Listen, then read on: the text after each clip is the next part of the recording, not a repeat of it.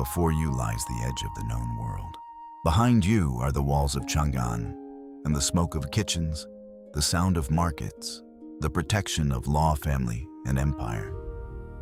Before you is the western darkness, the Gobi, the Taklamakan, the frozen passes of the Pamirs, the river cities of Central Asia, and distances so wide that a man could disappear into them without leaving a name. At the Jade Gate, the wind does not welcome anyone. It carries dust from dead lakes, salt from dry basins, and the memory of caravans that never returned. Beyond this gate, there is no single road.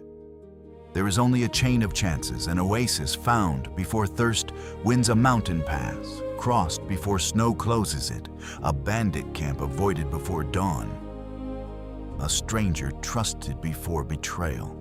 This is where one of the greatest networks in human history began to take shape, not as a golden highway, not as a peaceful ribbon of silk, but as a dangerous system of roots built through fear, hunger, diplomacy, ambition, and the stubborn human desire to reach the other side of the horizon.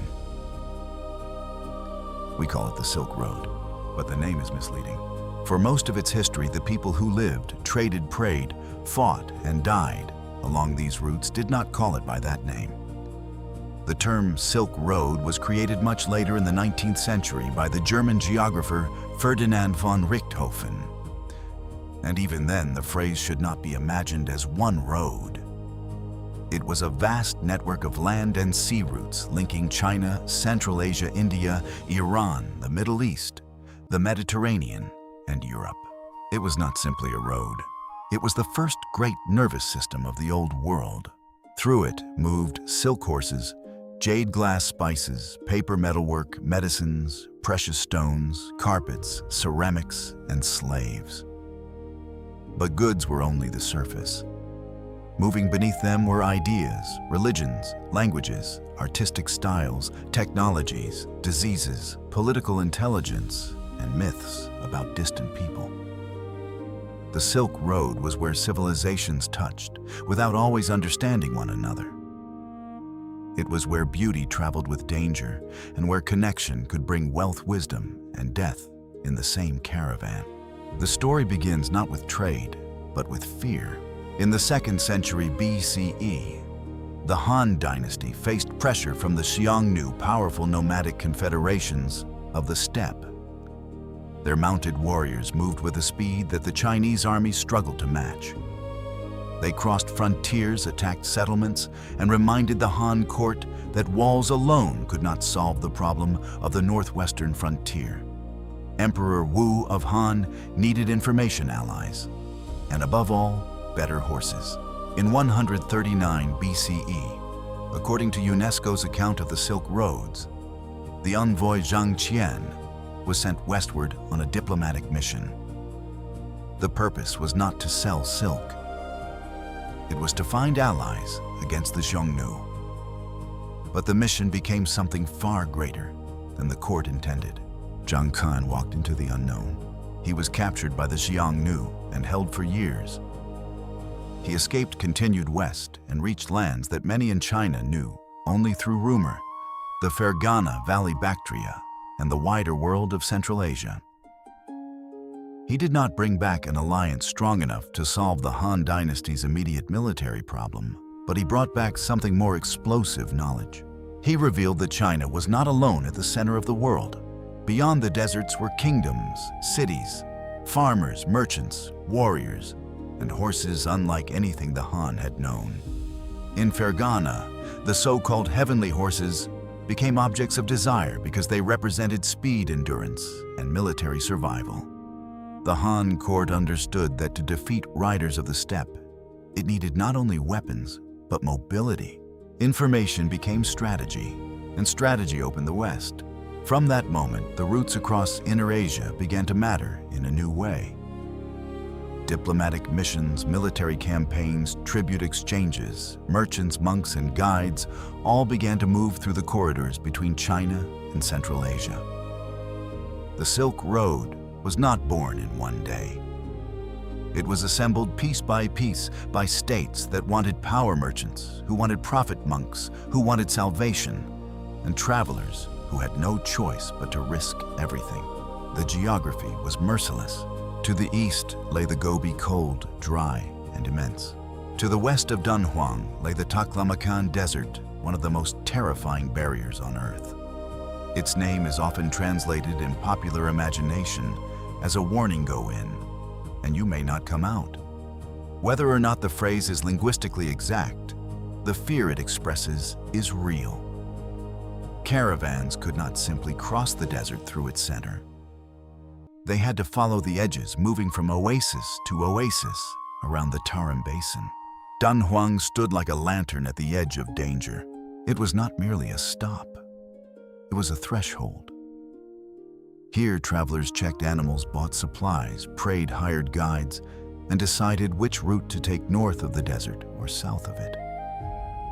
Beyond Dunhuang, the world became a test of endurance. Water determined life. A missed well could become a death sentence. A sandstorm could erase tracks. A sick camel could endanger an entire caravan. A wrong rumor could send men toward an oasis that no longer existed. The road was not one line. It was a series of survivals. Imagine a caravan moving through the desert at dawn. The bells on the camels ring softly, not like music, but like proof that the animals are still moving. Bundles of silk are wrapped in protective layers against sand and sun. Jade travels eastward and westward through human hands. Spices are sealed to preserve their scent. Letters are hidden inside bags. Coins from one world pass into the hands of another. Every object has already survived danger before it reaches a market. That is why goods on the Silk Road became so expensive. A bolt of silk was not only fabric, it was distance made visible. It contained the cost of camels' guards, food bribes, guides' water risk, and time. A spice did not become precious only because it was rare. It became precious because it had crossed deserts, mountains, borders, and languages. The price of a luxury object was the memory of every death it avoided. The Silk Road turned danger into value, and no people understood this better than the Sogdians. The Sogdians were Iranian-speaking merchants from Central Asian cities such as Samarkand and Bukhara. They became some of the great commercial intermediaries of the Silk Road. They knew languages' roots, credit systems, political moods, and the delicate art of trust. They moved between empires without becoming fully swallowed by any one of them. Their letters, contracts, and community networks reveal a world in which trade depended not only on goods, but on reputation. Trust became a kind of currency. A merchant could not survive by strength alone. He needed family connections, caravan partners, seals, contracts, hostels, translators, and a name that others would respect. To cheat one man could mean losing access to an entire network. In the desert, dishonor could be more dangerous than poverty. A man cut off from trust was cut off from food, credit, shelter, and protection. In that sense, the Silk Road was built not only on wheels and hooves, but on invisible agreements. The great cities of the route became human engines of exchange. Chang'an, the capital of the Han and later the Tang, was one of the largest and most cosmopolitan cities of the ancient and medieval world. Under the Tang dynasty, it became a place where foreign merchants, monks, envoys, musicians, and craftsmen entered the imperial imagination. In its markets, people could encounter languages from Central Asia, clothing influenced by the steppe music from the West, and goods that had traveled farther than most humans ever would. Chang'an was not the end of the Silk Road. It was one of its beating hearts. Farther west, Dunhuang became a sacred archive of the road. The Mogao Caves, first constructed in 366 CE, grew into one of the greatest Buddhist art sites on Earth. UNESCO describes them as the largest, most richly endowed, and longest used treasure house of Buddhist art in the world, preserving hundreds of caves, thousands of sculptures, and vast murals created across many centuries. But the caves are more than art. They are evidence that the Silk Road carried souls. Inside the darkness of the Mogao Caves, torchlight once moved across painted Buddhas, celestial beings, donors, musicians, merchants, and paradise scenes. The colors were not only decoration, they were protection against fear. Travelers standing at the edge of the desert needed more than supplies. They needed reassurance that suffering had meaning, that danger could be crossed, and that the universe was larger than thirst. Buddhism moved along the Silk Road not as a single finished object, but as a living tradition that changed as it traveled. From India, Buddhist ideas passed through Central Asia, where they met Greek-influenced artistic forms, Iranian languages, local gods, steppe cultures, and Chinese thought. In the art of Gandhara, the Buddha could be depicted with robes that resemble classical Mediterranean drapery. In China, translators worked to turn Sanskrit and Central Asian texts into Chinese concepts. Every translation was a risk. A word could open the door to understanding or distort the path of liberation. Faith on the Silk Road was never motionless. It crossed mountains on the backs of monks. It survived in manuscripts. It changed its face without losing its longing. The same roots that carried Buddhism also carried other religions. Christianity of the Church of the East, Manichaeism, Zoroastrianism, Islam, Judaism, Taoism, and local beliefs all left traces in Silk Road landscapes. The manuscripts preserved through the international Dunhuang program show the diversity of texts and traditions connected to the Eastern Silk Roads. In one region, sacred worlds overlapped. A Buddhist cave could stand near communities that knew Christian prayers, Manichaean hymns, and local rituals. This was not a modern dream of perfect tolerance. There were conflicts, persecutions, political shifts, and rival claims to truth. But the Silk Road created contact. And contact forced ideas to travel, translate, adapt, defend themselves, and sometimes transform. This is the deeper meaning of the Silk Road. It did not simply connect markets. It made civilizations aware of each other. Samarkand became one of the road's great jewels. Located in Transoxiana in today's Uzbekistan, it stood at the meeting point of worlds. Caravans from China, India, Iran, and the steppe could pass through its orbit. Its location helped turn it into a center of commerce, learning craft, and later Islamic culture. To imagine Samarkand is to imagine blue tiles, crowded bazaars, water channels, caravans arise, and merchants calculating risk under a sky full of dust and sunlight. But every oasis city was also vulnerable. Water was life. A canal could sustain a city. A war could destroy it. A shift in trade routes could enrich one settlement and ruin another. A caravanserai could become a place of safety, gossip, negotiation, prayer, and espionage. The Silk Road was not only an economy. It was a communication system. News moved with traders. Rumors moved with pilgrims. Diplomatic messages moved with envoys. Military intelligence moved with scouts. Technologies moved in the hands of captives, artisans, and merchants. The road transferred not only things, but methods. Paper is one of the most important examples. Papermaking began in China and gradually spread westward. A famous tradition connects the spread of papermaking to Central Asia with the Battle of Talas in 751 CE, where Abbasid forces defeated a Tang army. Some later accounts claim Chinese prisoners helped transmit papermaking skills to the Islamic world. Modern scholarship is more cautious because paper was already present in parts of Central Asia before and around that period. But the broader truth remains: through the Silk Road, world paper became one of humanity's great vehicles of knowledge.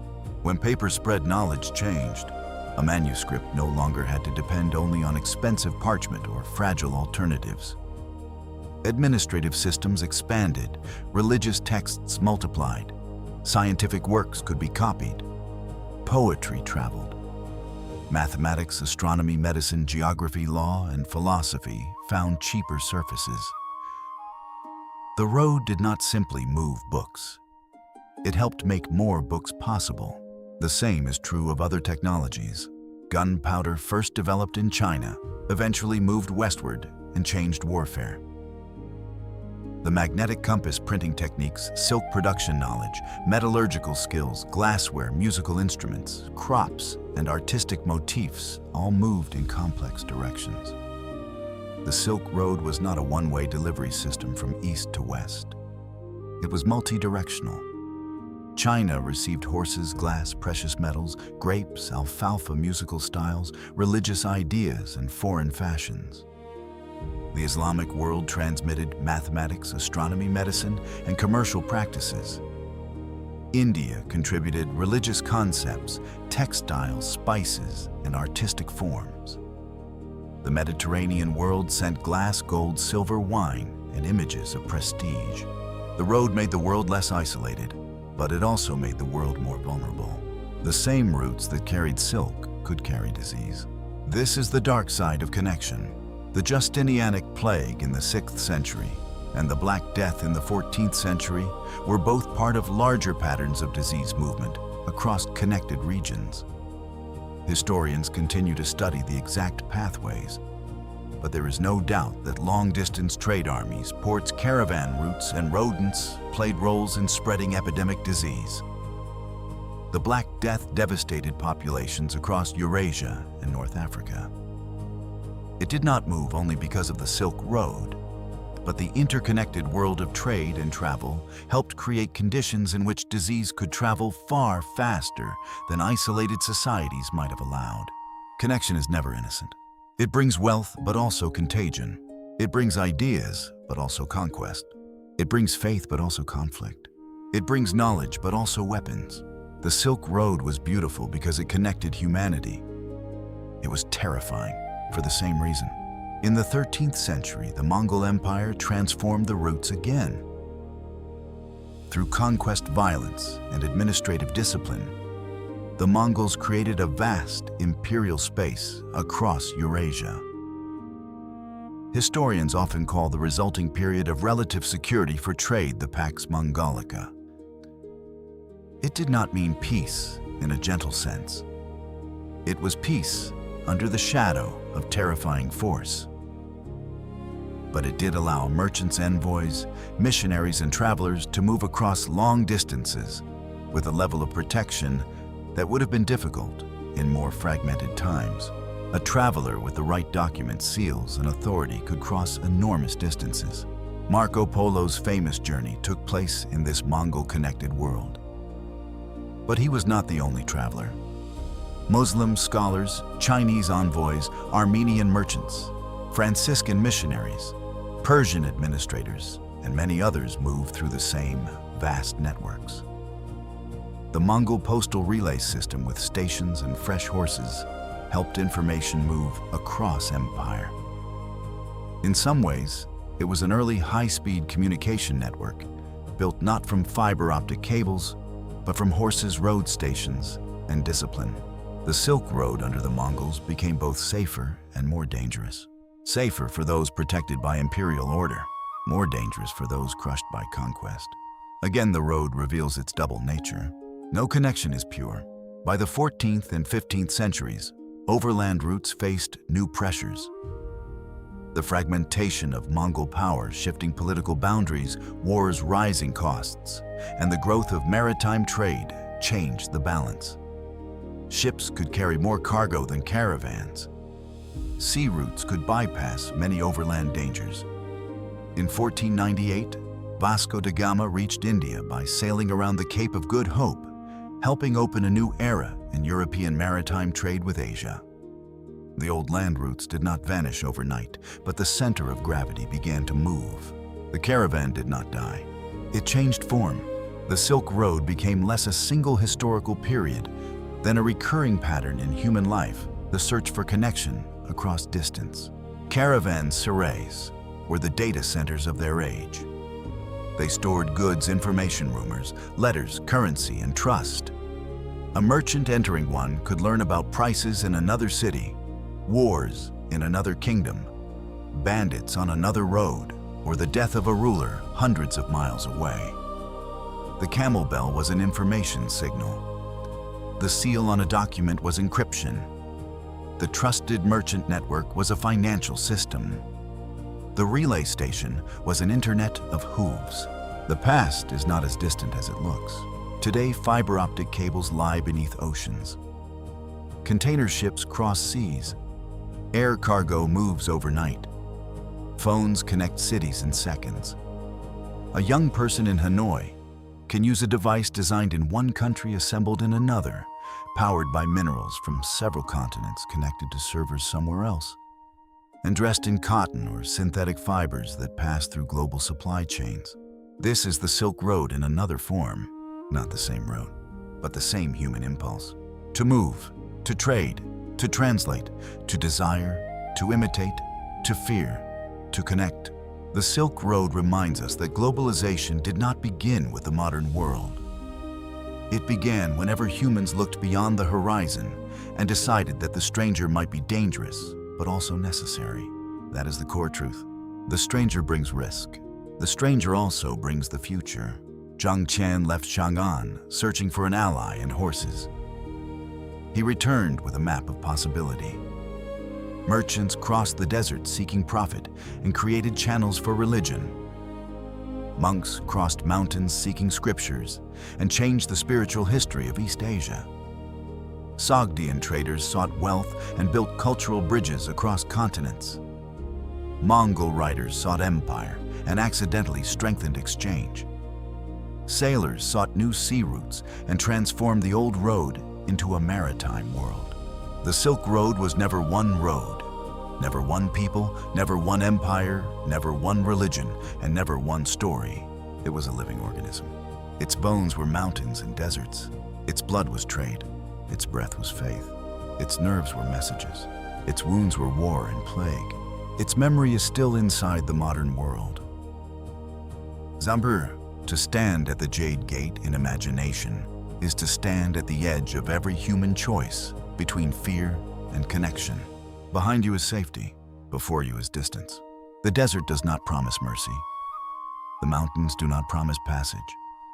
The cities beyond the horizon do not promise friendship.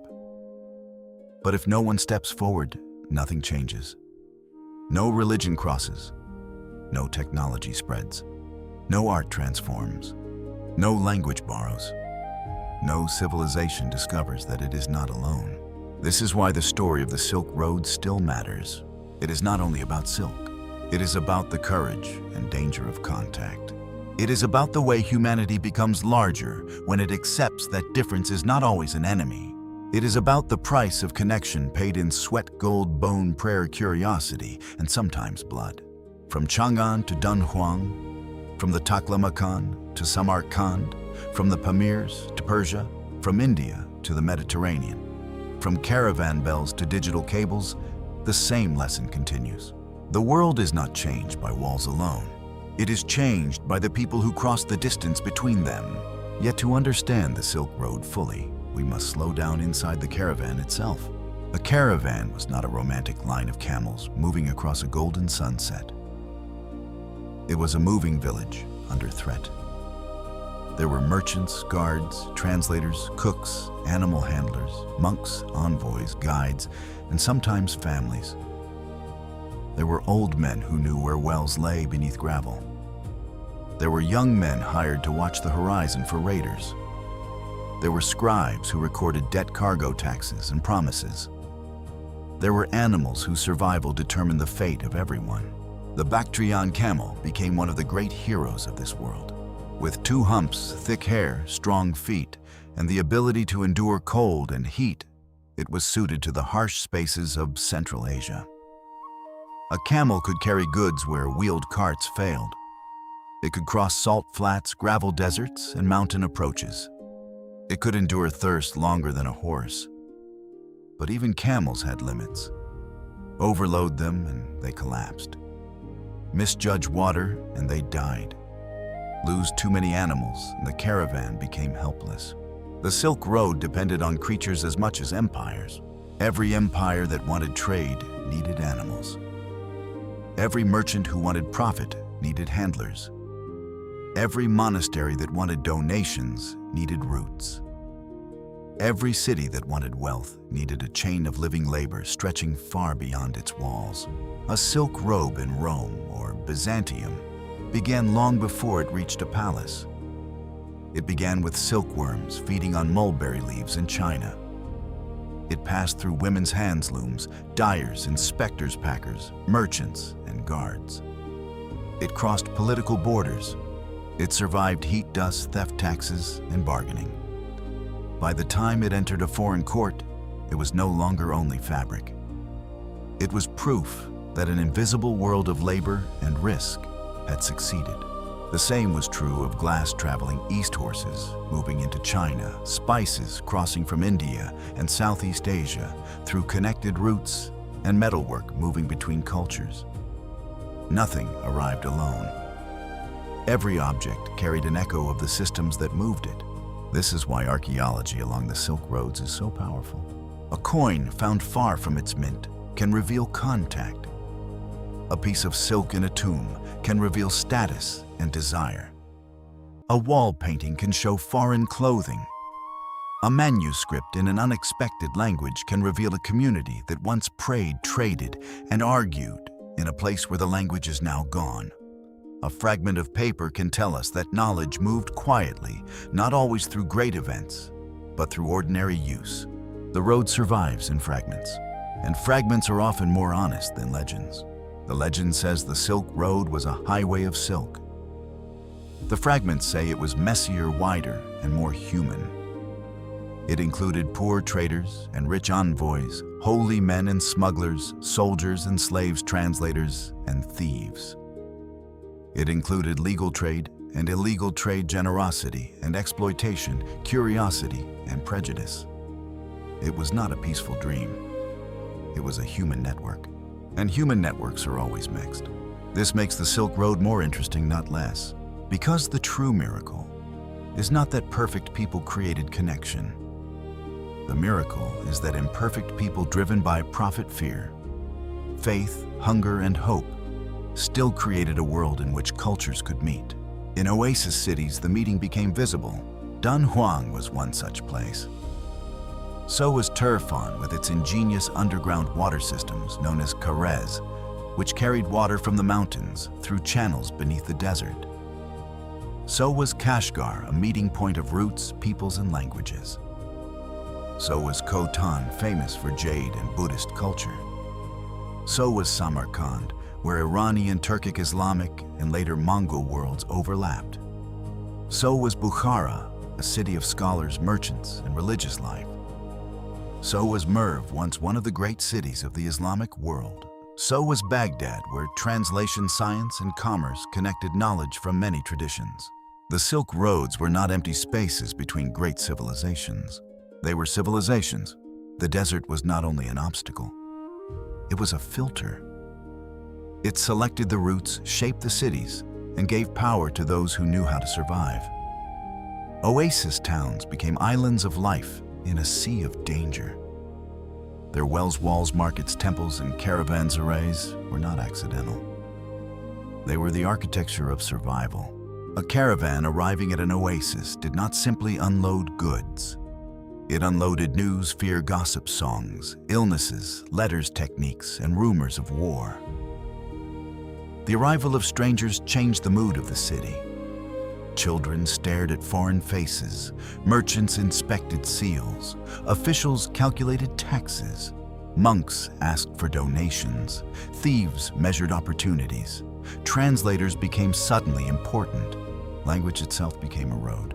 Sogdian, Persian, Sanskrit, Chinese, Turkic languages, Tibetan, Arabic, Greek, Latin, and many others moved across the connected world. No merchant could master every tongue, but he could learn enough to bargain, enough to read danger, enough to trust a guide, enough to avoid fatal misunderstanding. Translation was not a luxury. It was survival. This is another reason religion moved so effectively along the Silk Roads. Religions are also systems of translation. They translate suffering into meaning. They translate death into story. They translate the unknown into a map of hope. For travelers facing deserts, disease bandits, and exile, religion was not abstract philosophy. It was psychological equipment. A monk crossing the Pamirs did not carry armies. He carried texts, memory, discipline, and belief. A merchant funding a cave painting at Dunhuang may have been making a donation for merit protection or gratitude after surviving the desert. A traveler kneeling before a painted Buddha in a cave was not simply admiring art. He was asking for passage through a dangerous world. The Silk Road made faith practical. It also made faith artistic. As Buddhist art moved, it absorbed forms from many regions. Faces, clothing halos, gestures, body types, and decorative patterns changed. The sacred became recognizable in new languages of shape and color. This did not weaken the tradition. It helped it travel. A religion that cannot translate may remain pure, but it may also remain small. A religion that translates risks change, but it gains distance. The Silk Road was a vast experiment in the power of adaptation. The same was true of food. Grapes, pomegranates, walnuts, sesame carrots, melons, and other crops moved through Eurasian networks over long periods. Culinary worlds changed. China absorbed foods and flavors from Central Asia and beyond. Western regions encountered goods from the East. Tea spices, dried fruits, dairy traditions, bread styles, noodles, and roasting methods circulated in overlapping patterns. The road entered the body through taste. This is perhaps the most intimate legacy of exchange. People may argue about religion and politics, but they adopt food quietly. A spice enters a kitchen. A fruit enters a garden. A noodle shape changes. A bread becomes local. A drink becomes a custom.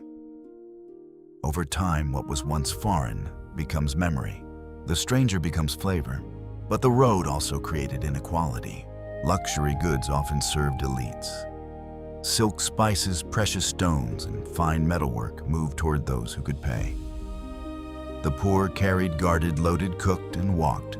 But the final beauty often belonged to rulers, nobles, monasteries, and wealthy merchants.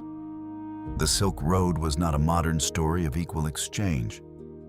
It was shaped by hierarchy, empire, slavery, taxes, and power. That is important to remember. The road connected humanity, but it did not make humanity fair. A caravan could make a merchant rich and a porter invisible. A palace could display silk whose journey cost unknown lives. A religious monument could be funded by trade profits drawn from harsh labor. The Silk Road was magnificent, but magnificence always casts a shadow.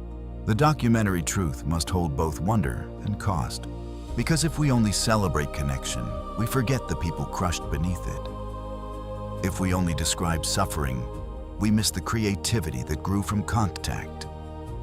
The Silk Road was both, a route of beauty and a route of exhaustion, a road of prayer and a road of profit, a network of light and a network of danger. This is why the sample stories of Zhang Qian, Xuanzang, Sogdian merchants, plague paper, and Mongol order are so powerful. They are not separate chapters. They are different organs of the same organism. Zhang Qian represents the opening of knowledge.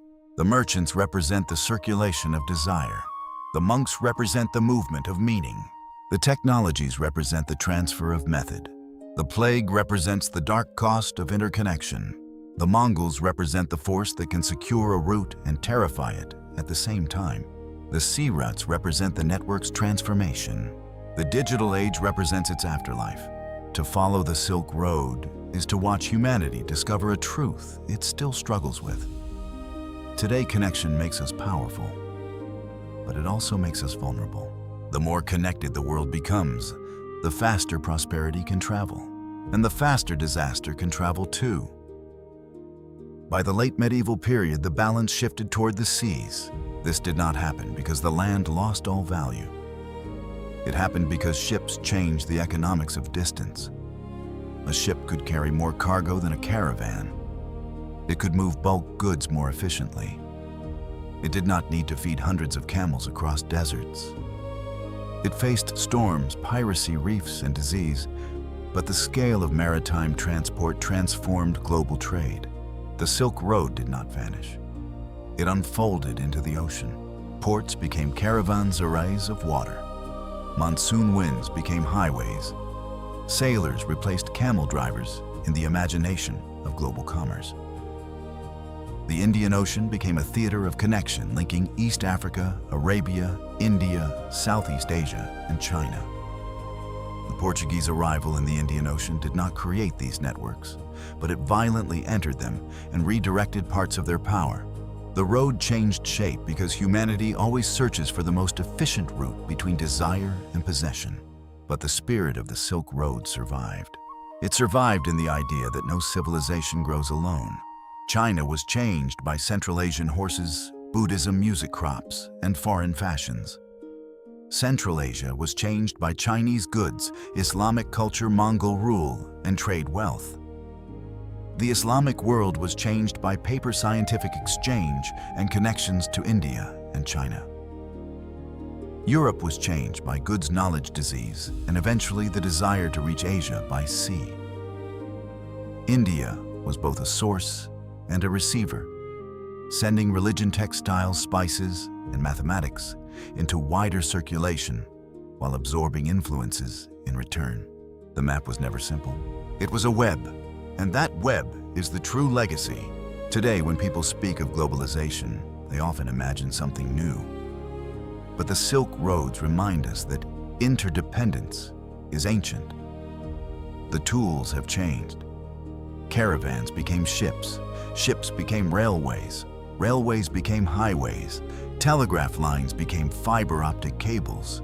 Caravanserais became warehouses, ports, airports, data centers, and logistics hubs. Seals became passwords. Letters became encrypted messages. Merchant credit became banking networks. Imperial relays became instant communication. The camel bell has become a notification. The caravan ledger has become a database. The oasis has become a server farm. But the question is still the same. Can we connect without destroying what makes us different? Can we trade without reducing people to cargo? Can we share knowledge without turning it into domination? Can we accept foreign ideas without fearing the loss of identity? The Silk Road does not answer these questions simply. It shows that exchange always changes both sides. There is no contact without transformation. The only choice is whether transformation happens through curiosity or violence, respect, or exploitation, dialogue, or conquest. That is why the Silk Road is more than history. It is a warning for the present. A world that closes itself completely becomes poor in imagination. But a world that opens itself without wisdom becomes vulnerable to chaos. The ancient roots teach balance, openness with memory, exchange with identity, movement with responsibility, curiosity with humility. At the end of this journey, return once more to the Jade Gate. The wind still moves across the desert. The old caravans are gone. The watchtowers are ruins. The imperial orders have turned to dust. The horses of Ferghana no longer decide the fate of the Han dynasty. The Sogdian merchant houses no longer dominate the caravan routes. The Mongol relay stations are silent. The cave painters of Dunhuang have vanished. The markets of Chang'an exist now in memory and archaeology, and yet the road remains, not as a line on the ground, as a pattern inside human history. Every time a language borrows a word, the road continues. Every time a recipe crosses a border, the road continues. Every time a technology leaves its birthplace and changes another society, the road continues. Every time a traveler learns that the stranger is not only a threat, the road continues. Every time a society fears difference but chooses contact anyway, the road continues. This is the final power of the Silk Road. It reminds us that civilization is not a fortress. It is a caravan.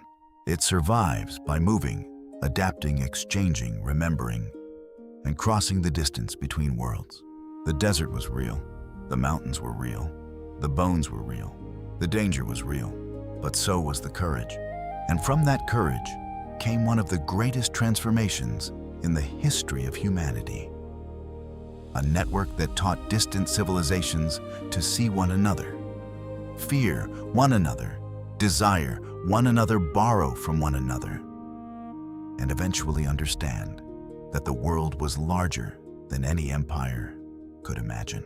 The Silk Road began as a path through danger. It became a road through history, and it still asks the same question today. Will we build walls against the unknown, or will we cross the desert again?